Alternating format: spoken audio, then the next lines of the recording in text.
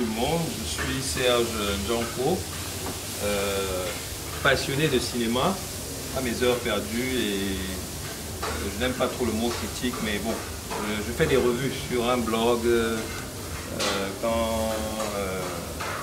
du moins après avoir vu les films pour essayer d'interagir un peu et faire passer un peu de messages de ce que j'ai un peu, comment dire, ingurgité quoi, durant ma propre séance.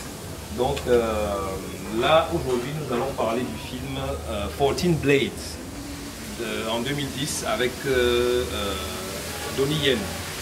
Alors, la particularité ici, là, parce qu'on a tendance à englober les films, enfin, les films chinois en général, pour parler du fait qu'il y a des combats et tout, mais il y a une grosse différence parce qu'ils sont catégorisés de par leur, du moins la chronologie de comment un peu le cinéma hongkongais s'est développé, quoi. Là, on parle de films d'action. Donc, on a le film de Kung Fu qui correspond un peu à ce que les Jackie Chan et les Bruce Lee ont un peu souvent eu à développer, quoi, quand ils arrivaient sur la scène dans les années 70.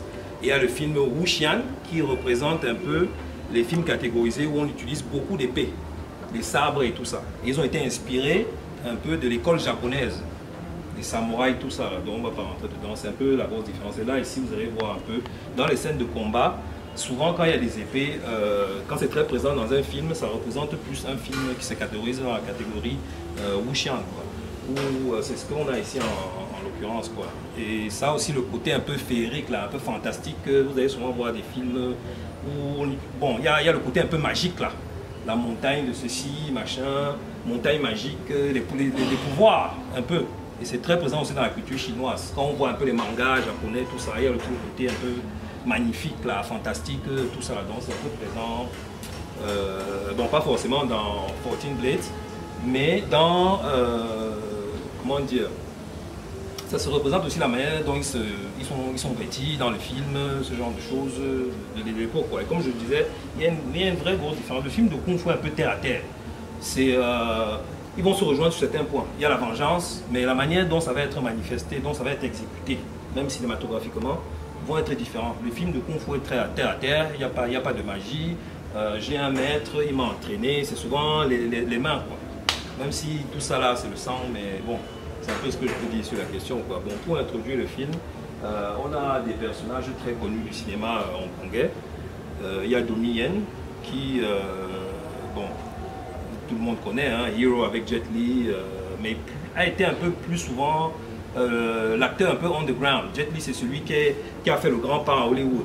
Et ce qu'il faut savoir aussi, certains cinéastes hongkongais n'ont pas fait le pas. On leur a souvent tendu la perche. Il y a des gens qu'on connaît tous, là, comme John Woo, qui a souvent eu à aller se produire après à Hollywood, mais les autres sont restés.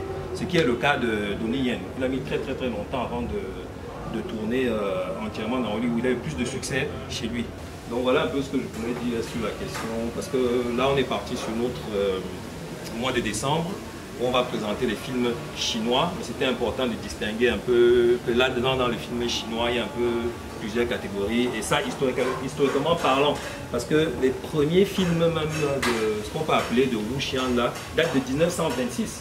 Donc c'est vraiment avec l'avènement des Shaw Brothers là, des années 70, qui étaient les producteurs un peu des grands films à l'époque, où il y a un peu tout le monde qui trouve un peu sa voie, et qui quitte un peu, déjà c'est même ça l'avènement de Bruce Lee là. Bruce Lee devient une star en faisant un film littéralement de Kung Fu qui s'appelle The Big Boss. C'est comme ça qu'il rentre dans la scène et petit à petit se retrouve lui-même à Hollywood avec la production hollywoodienne Enter the Dragon. Donc c'est un peu ce qu'on peut dire sur la question. Il y a énormément à dire, mais bon, c'était une façon d'introduire le film et puis par la suite on va avoir une séance de questions et réponses pour un peu à chaud voir quelles sont vos réactions, quoi.